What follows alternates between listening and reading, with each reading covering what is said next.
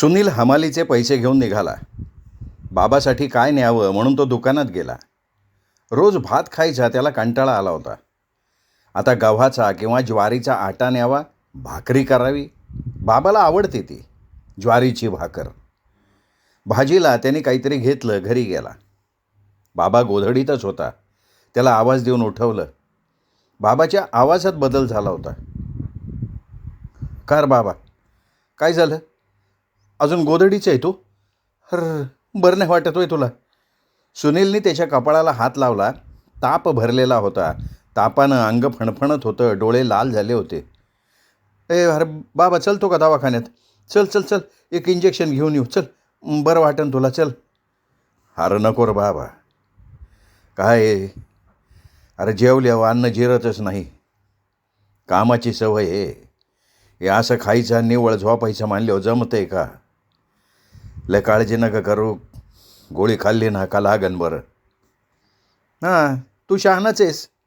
मी म्हणतोय दवाखान्यात चल तर म्हणतोय गोळीनं लागल बरं. चल, नको टाईम करू, चल. सुनीलने बळबळ बापाला दवाखान्यात नेलं. डॉक्टरांनी त्याला चांगलं तपासलं. हातापायाला मुंग्या येतात का? चक्कर येते का? भूक लागते का? डोकं दुखतं का? उलटी किंवा मळमळ होते का?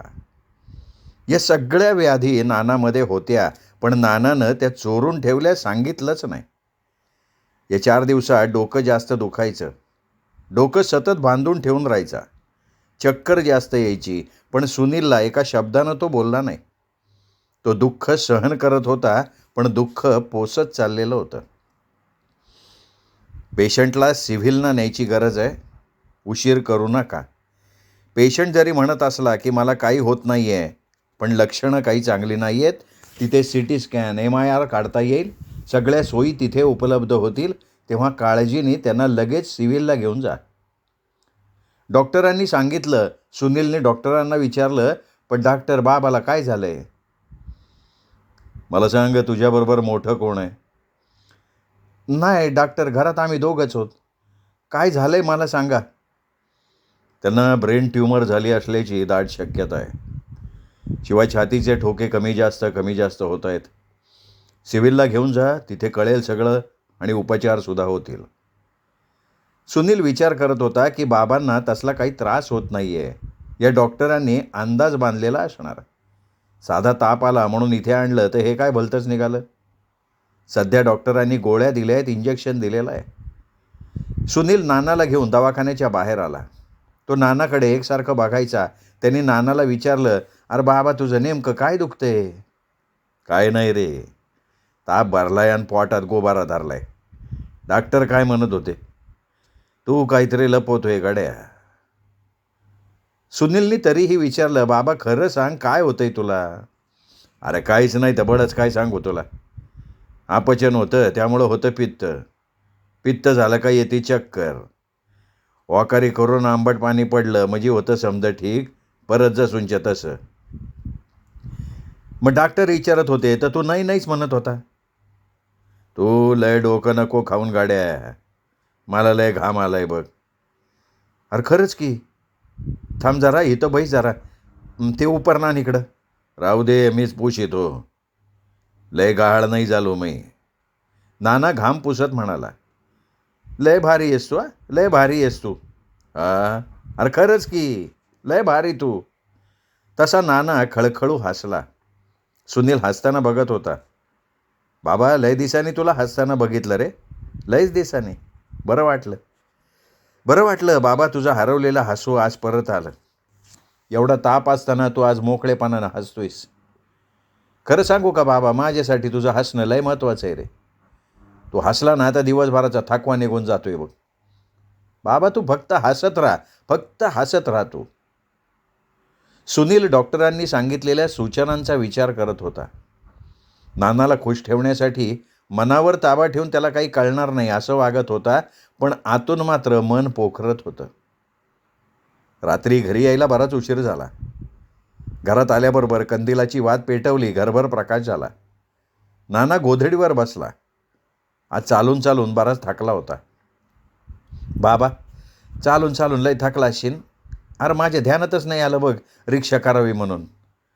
काय माझ्या डोक्यात बटाटे भरलेत बाबा. माझ्या बाबाला बिचारायला पायी पायी आणलं मी. बाबा, गरम पाण्यानं हातपाय धुतो का तू? लय दिवसानं तुला एवढं चालायला लावलं. थांब थांब, मी पाणी ठेवतो गरम करायला. हा. नानानं गोधडीवर अंग टाकलं तोपर्यंत सुनीलने पाणी गरम केलं. बादलीत पाणी बाहेर ठेवलं, नानाला उठवलं, हातपाय धुवायला लावले आणि सुनील स्वयंपाकाला लागला. बाबा, ज्वारीची भाकरी आणि मसुराची डाळ करतो, तू पोटभर जेव बरं का. गोळ्या घ्यायच्या तुला. आणि परवाला जाऊ आपण सिव्हिलमध्ये. जाऊनच येऊ सिव्हिलमध्ये, म्हणजे काय होईन, मनातली शंका निघून जाईन. परवा सकाळ सकाळ जाऊ, म्हणजे लंबर बी लवकर लागतोय. नानानं सिव्हिल हॉस्पिटलमध्ये जायला विरोध दर्शवला. अरे काय गरज नाही बाबा सुन्या त्याची. आता ज्या डॉक्टरने दिल्या ना गोळ्या, त्या घेतल्या म्हणजे सगळं बरं होतंय बघ. बाबा, तुझं लईच हाकीतो राव. जाऊन दाखवायला काय हरकत आहे, मी म्हणतो. शंका तर निघून जाईन, फक्त तपासायला तर जायचं. सुनील स्वयंपाक करता करता बोलत होता. नाना त्याच्याजवळ येऊन चुलीत काटक्या घालत होता. आयता मसाला, मिरची पूड, हळद असल्यामुळे कालवणाला वेळ लागत नव्हता. नानानं कांदा कापून दिला. कांदा तापलेल्या पातेल्यात टाकल्याबरोबर चर्र असा आवाज आला. बाकीचं मसाला मिश्रण पातेल्यात पडलं. काही वेळात ठसका आला. लगेच मसूर डाळ पातेल्यात टाकली. थोड्या अवधीत पातेल्यामध्ये डाळ उड्या मारायला लागली. जसजशी शिजायला लागली तसतसा खमंग वास यायला लागला. चुलीवरचं पातेलं खाली उतरवलं. 3-4 भाकरी थापल्या. तव्यावरून विस्तवावर भासताना गरभरासारखं पोट फुगत होतं. बापलेक समोरासमोर जेवायला बसले. जेवता जेवता सुनील अधूनमधून नानाकडं बघत होता. सुनील नानाला म्हणाला, बाबा हात पुढं कर की. नानानं हात पुढं केला. त्यांनी मनगटाच्या मागे हात लावून बघितला. पुढे झुकून कपाळाला हात लावून बघितला. हां, आता ताप नाही आहे. बाबा पोटभर जेव, गोळ्या घे आणि आराम करा. नानाला जेवायला घातलं, गोळ्या दिल्या. गोधडी झटकली आणि नानाला झोपायला सांगितलं. नानानं हळूच पाठ टेकवली. रात्र चढत चालली होती. दिवसभर काबाड कष्ट करून थकलेली झोपडपट्टी झोपेच्या अधीन झाली होती. अखिल सृष्टीचा आणि त्यांचा संपर्क तुटला. 4 किलोमीटर दूरवरनं जाणारी रेल्वे, तिच्या शिट्ट्यांचा आवाज, तिच्या पटरीचं चाक, त्या चाकाचा धडाक धडाक आवाज, ह्या व्यतिरिक्त सगळं कसं शांत शांत होतं. रात्र हेच अवघ्या सृष्टीचं विश्रांतीचं स्थान होतं. नानाच्याच बाजूला सुनीलने अंग टाकलं. अंग टाकल्या टाकल्या झोपी गेला. नाना अजूनही जागी होता, तळमळत होता. त्याला झोप येत नव्हती. डॉक्टरांनी विचारलेल्या प्रश्नांनी त्याला ग्रासून टाकलं. डॉक्टरांनी वर्मी घाव घातला होता. सुनील बेचैन झाला होता. काय झालेलं असावं? बापाला होणारा त्रास त्यालाच माहिती होता, पण बापाने आपला त्रास कधी उघड केला नाही. काय आजार आहे हेही कळलं नाही. आणि आता सिव्हिल हॉस्पिटलला गेल्याशिवाय ते कळणारही नाही. जायचं का सिव्हिलला? सिव्हिलला गेलो आणि भलतंच काही निघालं तर? नानाही विचार करत होता की सिव्हिलला जाऊन भलतंच काही निघालं आणि ते सुनीलला समजलं तर त्याची अवस्था काय होईल. म्हणून आपण जायचंच नाही. पण सुनील हट्टी आहे. परवा आपल्याला सिव्हिलला घेऊन गेल्याशिवाय तो राहणार नाही. ज्याच्यासाठी काळीज तुटतं, कुरतडतं, त्यांनी मोठं व्हावं ही एकच आस आहे आता आपल्या जीवनाची. नको मोठा होस, नको साहेब होस, 2 घास सुखानं खा ही अपेक्षा आहे. आणि कोण मोठं होऊ देणार रे तुला? नियती, परिस्थिती, गरिबी, ती हातगाडी, टीचभर पोट, कोण कोण मोठं होऊ देईल? आज माणूसच माणसाच्या परिस्थितीचा फायदा घेत, त्याच्या लाचारीची चेष्टा करत, गुलामीची वागणूक देत त्याच्या जीवावर स्वतः मोठा होतोय. आता तुला शिकता येणार नाही, न नोकरी करता येईल. नशिबात फक्त हातगाडी ओढ. दुसऱ्याची गुलामगिरी करत ते देतील त्या पैशावर जग. तुझी कोवळी हाडं मोडून जातील. साखरी तुझा विचार करून गेली. तुझी जबाबदारी माझ्यावर टाकून गेली ती. खळकण डोळ्यातनं अश्रूच्या धारा बाहेर पडल्या. फुसफुसत हळू आवाजात हुंदका बाहेर पडला आणि पुसटसा शब्द ओठातनं बाहेर पडला, सुन्या. थोडा वेळ फुसफुसण्यात गेला. सुनीलनं स्वतःच्या तोंडावरची गोधडी बाजूला सारली. आवाजाचा कानोसा घेतला. नाकात आलेलं पाणी वर ओढत गोधडीनं डोळे पुसले आणि नानाला म्हणाला, बाबा काय रे, तू झोपला नाही वय अजून? काय झालं आहे तुला? काही दुखतं आहे का बाबा? त्रास होतो आहे का बाबा? नाही रे, गोळ्या घेतल्या ना, आता लय बरं वाटतंय बघ. अरे बाबा, मग रडतो का? नानानं जिभेने चॅक केलं. का रडतोय मग? काय नाही रे. बाबा, माझी शपथ आहे तुला. काय दुखतंय सांग तरी. अरे नाही रे, लय आराम वाटतोय, पण असंच रे बाबा. असंच रे बाबा म्हणताना नानाचा आवाज कापरा झाला, हुंदका दाटून आला. बाबा, आज काय करतो तू बाबा? आज काय करतो तू? बाबा, माझा विचार करतोय ना तू? माझ्यासाठी रडतोय ना बाबा तू? अरे बाबा, येडाय का रे तू? असं म्हणत सुनीलनं बापाच्या गळ्याला मिठी मारली आणि दोघांनीही आपापल्या आसवांना वाट मोकळी करून दिली. काही वेळाने सुनीलने नानाला अलग केला आणि म्हणाला, एक सांगू का? नीट ऐक. तू धडधाकट आहे, तुला काही पण झालं नाही. मणक्यात गॅप आहे म्हणून तुला चालता येत नाही, म्हणून तुला काम बी करायचं नाही. तू फक्त बसून खायचं. तू घरातलं करत जा की. इथल्या इथं घरातल्या घरात व्यायाम पण होईन तुझा. जेवण बी जिरल त्यामुळं. मी उद्यापासून घरातलं सगळं तुझ्यावर सोपवतो, तू ते करायचं बास का? लयच पोपटासारखं बोलायला लागला की तू. हा, बोल बोल बोल, पोपटासारखा बोल, पण सुखात राहा बाबा. पोपटासारखा म्हणजे? अरे म्हणजे वकिलासारखा. वय, मग होऊ का मी वकील? प्रश्न ऐकला आणि नानाच्या ओठावर हसू आलं. सुनीलनं ते बघितलं आणि म्हणाला, हा बघ कसा हसलाय बाबा. अरे तुझ्या ओठावरच्या हसण्यात माझं सुख आहे, माझं समाधान आहे. बोलता बोलता सुनील गहिवरला, त्याचे डोळे डबडबले. बाबा, अरे तू फक्त हसत राहा, फक्त हसत राहा. तुला हसतं बघायचं रे मला. तुला हसत ठेवायचं आहे मला. तुझं हसणं माझा उत्साह मोठा करणार आहे. बघ ना, प्रयत्न कर हसायचा, अर्ध दुखणं बरं होईन बाबा तुझं.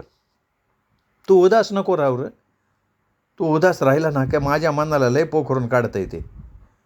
मला सुखी बघायचे ना तुला. मग तू समाधानी राहा बाबा, तू हसत राहा. सुनीलने घाईघाई डोळे पुसले. वैचारिक पातळीनं मोठा झालेला सुनील बोलत होता. नाना ऐकत होता. रात्र डोक्यावरनं सरली होती, याचं भान दोघांनाही राहिलं नाही. बाबा, एखाद्याचा पाय गुडघ्यातनं काढला ना तर त्याला निर्जीव पाय बसवला जातो. त्या पायात जीव नसतो, पण तोच पाय त्याला चालायला आधार देतो. तसा तू माझा आधार आहे रे बाबा. आनंदी राहावं हे जीवन जगण्याचा एक चांगला पैलू आहे. त्या जगण्याला खरा अर्थ आहे. आनंदी जीवन जगणं, हसत खेळत जगणं, दुःखात सुख शोधून आनंदानं जगणं, यात जगण्याचा खरा अर्थ समजतो. पण तसं जीवन जगता आलं पाहिजे. जगा, जगवा, जगू द्या. दोघांनी एकमेकांची समजूत काढली. आपापल्या अंतरीच्या वेदनांना सावरून स्वतःच्या मनाला आवरलं. जगण्याच्या आनंदापेक्षा जगवण्याचा आनंद खूप मोठा असतो आणि तो आनंद ते दोघं एकमेकांना देत होते. खूप वेळ बापलेक बसून होते, एकमेकांची समजूत काढत. मध्यरात्र कधीच उलटून गेली. दोघं म्हणायचे, रात्र खूप झाली आहे, झोप आता. पण कोणीच झोपत नव्हतं. अरे बाबा, कमरेला कळ लागली असं, झोप की आता, झोप बरं. नानानं गोधडीवर अंग टाकलं. सुनीलनी त्याच्या अंगावर टाकलं. सुनीलही गोधडीत शिरला. रात्र शांत झाली. रविवारी हायस्कूलला सुट्टी म्हणून सकाळीच लवकर सावरून गाडीतळावर जावं लागेल म्हणून सुनील उठला. नानाला आवाज दिला. नाना उठला. त्याला आता चांगलं बरं वाटत होतं. सुनीलने स्वयंपाक केला. तोपर्यंत नानानं पाणी तापवलं. सुनीलची आंघोळ झाली. नाना म्हणाला, सुनील, तू शाळा लय चुकवत जाऊ नको बरं का. संध्याकाळचा स्वयंपाक बसल्या बसल्या मी करत जाईल. भांडं कोंड झाडझूड मी आपला आपला करीन, पण तुझं ध्यान शाळेवर राहू दे. लय वडवड करू न ग. पोटापुरती झालं म्हणजे बास. सुनीलनं बाबाचा उपदेश ऐकला आणि तो घरातनं बाहेर पडला. रस्ते निर्जन होते. शहरातली, बंगल्यातली, चाळीतली माणसं 8-9च्या पुढे घराबाहेर पडणार. त्यामुळे सकाळी सकाळी रस्ते मोकळेच होते. श्रावणातल्या मघा नक्षत्रानं फेर धरला. त्याचं बरसणं चालू होतं. सकाळी सकाळी त्यांनी थोडी उघडीप दिली. तो जोरातही येत नव्हता किंवा लगेच उघडतही नव्हता. रिपरिप एकसारखी चालू होती. थोडा विसावा, थोडी रिपरिप. सूर्याचं दर्शन नव्हतं, पण अस्तित्व मात्र होतं.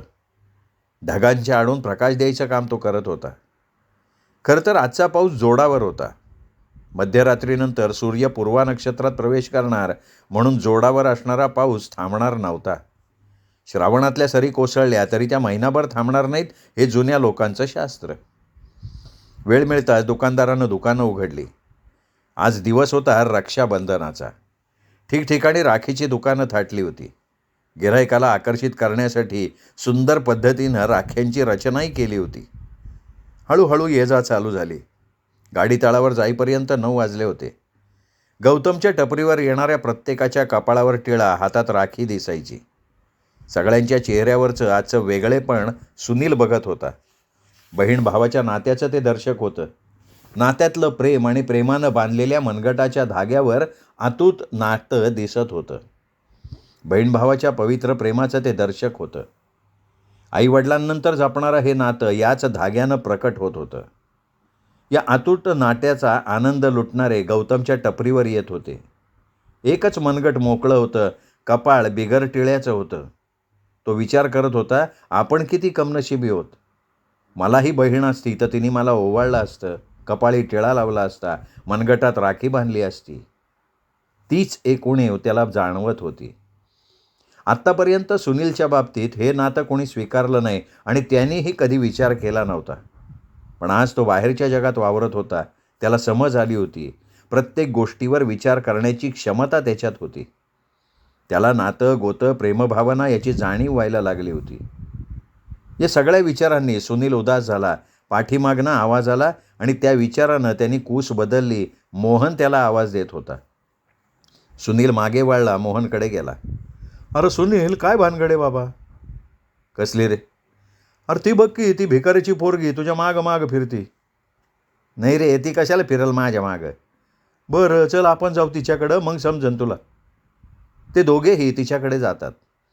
एक पाय दुमडून झाडाला मागे टेकून एका पायावरती उभी होती. तिचे दोन्ही हात मागे होते. सुनीलने तिला विचारलं, काय ग हे पोरी, हा काय म्हणतोय, खरं आहे का? तिने काहीच उत्तर दिलं नाही. अगं बाई, तू माझ्या मागं का फिरती? कधी नव्हे ती आज ती गालातल्या गालात हसली. अगं हसती काय तू? माझ्या मागं का फिरती? काय झालंय तुला, काय पाहिजे? तरीही मुलगी शांत. चल बाबा, काय आणलं ह्या येडीकडं तू? हां, हिला विचारलं तर काही बोलतच नाही. चल जाऊन दे, मरून दे, चल. सुनील पाठमोरा होणार इतक्यात तिने हुंकार दिला. सुनीलने मागे फिरून बघितलं. सुनील ते बघून जागेवर खेळून उभा राहिला. सुनील कितीतरी वेळ तिच्याकडे बघत होता. विस्कटलेले केस तिच्या चेहऱ्यावर रेंगाळत होते. काळ्या ठिक्कर पडलेल्या चेहऱ्यावर एक वेगळं चैतन्य त्याला दिसत होतं. 12 वर्षांची असेल ती कदाचित. आज तिच्या अंगावर मळकटच पण बऱ्यापैकी कपडे होते. तिचा उजवा हात तिने त्याच्याकडे केला. तिच्या हातात बेगडी कागद लावलेली राखी होती. मंद गतीनं पावलं टाकत तो तिच्या पुढे आला. तिच्या हातातली राखी त्याच्याकडे येण्यासाठी वाऱ्यानं फडफडत होती, संकेत देत होती. तिला वाटत होतं ही राखी त्याने हातात घ्यावी, पण त्याने ती घेतली नाही. अजूनही तो तिच्याकडे बघत होता. तिने परत हुंकार दिला. झाडाला दुमडून टेकवलेला पाय खाली घेतला. ती सरळ उभी राहिली. एक पाऊल पुढे सरकली. सुनील काय समजायचं ते समजला. त्याचं हृदय बहरलं. आतल्या आत हरणासारखं उड्या मारायला लागलं. आज त्याच्या आनंदाला पारावार राहिलेला नव्हता. मलिन असलेल्या शरीरातलं निरागस, पवित्र, स्वच्छ हृदय तिच्यात सुनीलला बघायला मिळत होतं. माणसात माणसाची पारख करणारा माणूस असावा. दुःखामधलं सुख शोधणारा, वेड्यामधलं शहाणपण शोधणारा असला पाहिजे तो. इथे होता भावनांचा खेळ. इथे होता प्रीतीचा मेळ. इथे होती 2 जीवांच्या जिव्हाळ्याची एकत्र येण्याची वेळ. काय तुझं नाव काय ग? ती काहीच बोलली नाही. अगं नाव काय आहे तुझं नाव? सुनीलने परत विचारलं. तरीही ती काही बोलली नाही. अरे बाबा, ही मुकी दिसती राव, मोहन म्हणाला. राखी घेतलेला हात अजूनही तसाच पुढे होता. तिने पुन्हा हुंकार दिला. मान हलवून राखी घेण्यासाठी खुणावलं. तू असं कर, तुझी राखी मी घेतो, पण आत्ता नाही. तू. इतक्यात स्कूटीवरून आलेल्या मॅडमचा आवाज आला. मॅडमने त्याला नावाने हाक मारली. सुनील पळत पळत मॅडमकडे गेला. तिच्याबरोबर बोलला, परत आला. हे बघ, तू एक काम कर, तू माझ्याबरोबर चल, घरी जाऊ. मला वावळ आणि मग राखी बांध. येते का तू? ती काहीच बोलली नाही. अगं येते का? ती जागेवरनं हलली, त्याच्या मागे चालायला लागली. मोहन थक्क झाला, आश्चर्यानं बघायला लागला. त्यालाही कळलं की किती निर्मळता आहे या प्रेमामध्ये. त्या भावनेत ओढ होती एका पवित्र नात्याची. निर्मळ मनानं बनवलेली पवित्र नाती कधीच तुटत नाहीत. फक्त एकमेकांना समजावून घेता आलं पाहिजे. त्या भावनांचा आदर करा. त्या नात्याचं मूल्य कधीही करता येणार नाही. जिथे या सगळ्या गोष्टींचा विचार केला जातो तिथे तिथे माणुसकीचं सुंदर नातं तयार होतं. तो पुढे आणि ती मागे चालत चालत सुनील मॅडमच्या फ्लॅटसमोर उभा राहिला. तिला थोडं बाजूला उभं राहायला सांगितलं. दारावरची बेल वाजवली. मॅडमनी दार उघडलं. मॅडम बाहेर आल्या. काय काम आहे ते त्याला मॅडमनी समजावून सांगितलं. 2 पुस्तकं त्याच्या हातात ठेवली आणि थोडे पैसे त्याला दिले. तो ते घेतो पण तिथेच घुटमळतो. मॅडमनी त्याला विचारलं, अरे क्या हो गया सुनील? मॅडमनी हिंदी भाषा शिकून घेतली. थोडं थोडं मराठी पण समजायला लागली. सुनील कुछ बातें करनी है क्या? मैडम मुझे कुछ और पैसे की ज़रूरत है, आप उधार दे तो अच्छा होएगा. अच्छा, लेकिन तुम्हें क्यों ज़रूरत पड़ी आज पैसों की? मैडम आज रक्षाबंधन है, मुझे सगी बहन तो नहीं है, लेकिन वो उधर देखो ना, वो जो लड़की खड़ी है ना, वो बिना पूछे मुझे राखी बांधना चाहती है. दिन भर मुझे ढूंढ रही थी वो. मैं उसे मेरे घर लेके जा रहा हूँ. उसके वास्ते नई ड्रेस लेनी मुझे, इसलिए पैसे चाहिए. अच्छा, लड़की पहचान की है? नहीं मैडम, ऐसी एक बार घर आई थी. मेरे बाबा ने एक दिन घर में पनाह दी, दूसरे दिन चली गई. अच्छा, क्या नाम क्या है उसका? मैडम नाम तो मुझे भी नहीं मालूम, और पूछा तो बोलती नहीं. गुंगी है क्या? नहीं ना, मालूम नहीं. अच्छा ठीक आहे. मालविका मॅडम आत गेल्या. काही वेळानं बाहेर आल्या. तिच्याकडे बघितलं, तिला बोलवलं. अरे इधर आ. दबक्या पावलानं ती मुलगी समोर आली. ती दिसायला सुंदर होती, पण स्वच्छता नसल्यामुळे ती विचित्र दिसत होती. क्या नाम क्या है रे तेरा? तिने उत्तर दिलं नाही. नकारार्थी मान हलवली. तू गुंगी है क्या? तरीही तिने नकारार्थी मान हलवली. अरे तो बोल ना, नाम क्या है तेरा? आता ती शांत उभी राहिली. अच्छा ठीक है सुनील, ये लो 500, बस हो गए, ठीक है. और सुन, एक पैकेट घर जाके तुम्हारी तरफ से इसे गिफ्ट देना, ठीक है. और कल से स्कूल नहीं रुकना, ठीक है. Thank you madam. आभार मानून खुशी खुशीत निघाला. ए बाय चल लवकर, आभाळ गळायला लागले. आभाळ गळायला लागलं. दोघंही भिजले. आता चालायला वेग आला. मध्येच तो थांबला. स्वीट होममधनं बापासाठी त्याच्या आवडीचं घेतलं. पेढे घेतले. निघाला. दुपारचे 2 वाजलेले होते. आला का भिजून? बाबा कापडं काढ, उपरनं घे, डोकं पूस, कोरडावो. नानाची नजर बाहेर गेली. बाहेर कोण उभं आहे? अरे हा सांगतो की तुला. अजूनही तिच्या हातात राखी होती. तिने अंगावरच्या कपड्याच्या आत राखी भिजू नये म्हणून सुरक्षित धरून ठेवली होती. ए अगं, तू कपडे बदलते का? तिने लगेच राखीचा हात पुढे केला. अरे हा खरंच की, हे राहिलंच की. त्याने तिच्या हातातनं राखी घेतली, फळीवर ठेवली. शेजारच्या बना मावशीकडे गेला. तिच्याशी काहीतरी बोलला. परत घरात आला. पाऊस थांबला होता. बना मावशी तिच्या जवळ येऊन उभी राहिली. अगं बाया, तू आहे वय? ए सुन्या, काय रे, काय भानगडे? हे बघ मावशी, तुला सगळं सांगतो. तू पण तुझ्या नजरेनं बघशील का? हां, बघ की बघ. अगं मग माझ्या पाठीवर थाप मारशील. मी सांगितलं तेवढं कर. बना मावशीने तिला मोरीत नेलं. तिला वजरीनं घासलं, आंघोळ घातली. बटा झालेले तिचे केस साबणानं धुतले. तिला तिच्याच पोरीचे कपडे घालायला दिले. वेणीफणी केली, तिला सज्ज केलं आणि आरशापुढे उभी केली. आरशात बघून ती स्वतःच हसायची. तिला घेऊन बनामावशी सुन्याच्या घरात आली. शेजारच्या 4-5 बायका आणखीन पोरी काय भानगड आहे म्हणून तिथे जमा झाल्या. सुनीलनी सगळ्यांना आत बोलवलं. नाना गप गुमान राहून सगळं बघत होता. काय चाललंय त्याच्या लक्षात येत नव्हतं. बनूमावशीला सांगितल्याप्रमाणे ताटात पाण्यात कालवलेला गंध, तांदूळ, छोटी समई, साखर, पैसे आणि राखी असं सजवलेलं ताट पोरीच्या हातात दिलं. सुनील पाटावर टोपी घालून बसला. बनामावशीला म्हणाला, मावशी, पोरीला लय चांगली फ्रेश केली गाड्या. ओळखोच ये ना, हे रस्त्यावर फिरणारी पोरगी आहे, कळतच नाही. बनामावशीनं समई पेटवली. पोरीला यातलं काहीच माहिती नव्हतं. तिने ताटातली राखी हातात घेतली आणि त्याच्या हातात बांधायला पुढे सरकली तशी मावशी म्हणली, अगं हे येडं धोताड, ताटात ठेव ती राखी, मी सांगीन तसं कर. यो टिळा आहे ना कपाळाला लाव, लाव तांदूळ लाव आता, आणि यो पैसा ववाळ त्याला, नीट ववाळ. असं ववाळायचं असतं बाळा. पोरीच्या चेहऱ्यावर हसू होतं. आता तोंडात साखर घाल. अरे थांब जरा, त्या पिशवीतनं पेढे काढ की मावशे. ताटात 2 पेढे आले. तिने एक पेढा सुनीलला भरवला, त्याने तिला भरवला. ती हातात राखी बांधायला लागली. ती गाठ मारत असताना राखीवर थेंब पडला. तिने त्याच्याकडे बघितलं. सुनीलचे डोळे पाण्यानं डबडबलेले होते. एका हाताने तिने त्याचे डोळे पुसले. त्याने जवळ ठेवलेलं कपड्याचं पुडकं तिच्या हातात दिलं, पण तिने नकारार्थी मान हलवली. अगं घे बाई, घ्यावं लागतंय ते. तरी तिने नकारार्थी मान हलवली. जमलेल्या आयाबाया म्हणाल्या, अगं घे बाई, घ्यावं लागतंय. मग हे नको तुला? मग काय पाहिजे काय तुला? अगं तो देतोय तर घे की. तरीही तिने मान नकारार्थीच हलवली. अगं काय पाहिजे तुला, तू नको का म्हणती? सुनील तिला विचारत होता. बोट कपड्याकडे करून तिने नको नको अशी मान हलवली.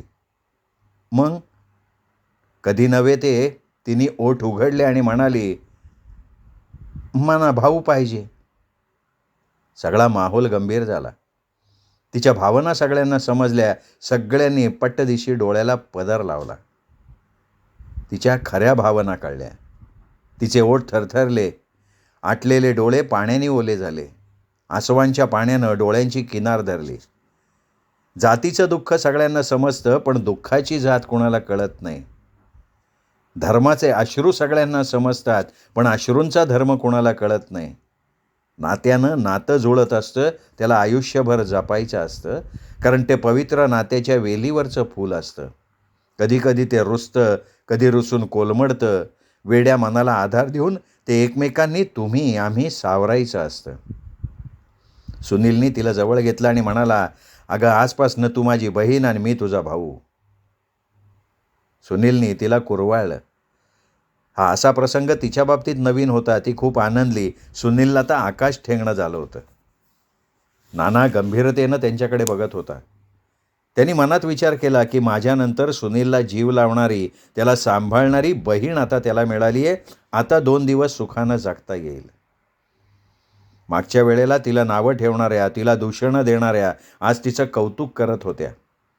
बनामावशी तिच्याजवळ बसून अजूनही डोळे पुसत होती, कारण हे जे घडलं होतं ना, ते बनामावशीच्या हृदयाला जाऊन भिडलं होतं. तिचे काळेभोर चकाकणारे डोळे बनामावशीकडे बघायला लागले. तिची नजर बनामावशीवर खेळून होती. ती नजरेनं काय शोधत होती तिचं तिला माहिती. बनामावशीने तिला 2-3 वेळा विचारलं, पण तिच्या ओठातनं शब्दच बाहेर पडला नाही. अगं तू बहीण आहेस ना माझी, मग मला नाही का सांगणार?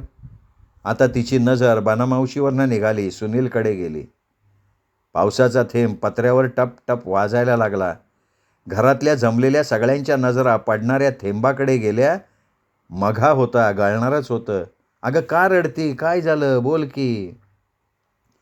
डोळ्यातनं टपाटपा अश्रू ओघळले. बनामावशीने तिला कुशीत घेतलं. एक जण म्हणाली, लयपोळ का आला बाय बनामावशीला, बघ कसं आवळून धरले. बनामावशी तिच्यावर खेकसली. काय ग, काय झालं तुला? हां, तुझी काऊन आग झाली बाया? अगं बाया, माई कशाला आग होती? मग काय तुझ्या बॉकांडी दिलं का वजं? बनामावशी तिच्या तोंडाला लागली. माया कशाला बॉकांडी देते, तूच घेतले की तिला बॉकांडी. मग तेच म्हणते मी घेतली, तूही काऊन आग झाली? समजल तुला. अगं ह्या पोरीला चॅप्टर असतात, फिरणाऱ्या पोरी. मग कशी चटकन बोलली मला भाव पाहिजे म्हणून, आणि आता दात खेळ बसली तिची.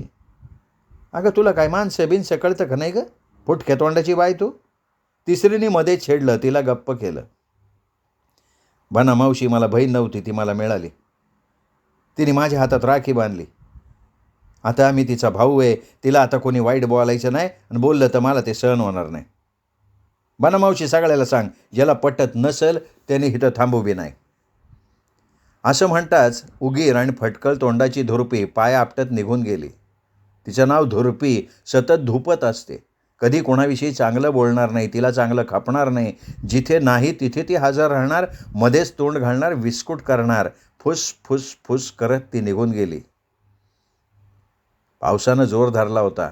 आतली माणसं बाहेर जाऊ देत नव्हता पाऊस.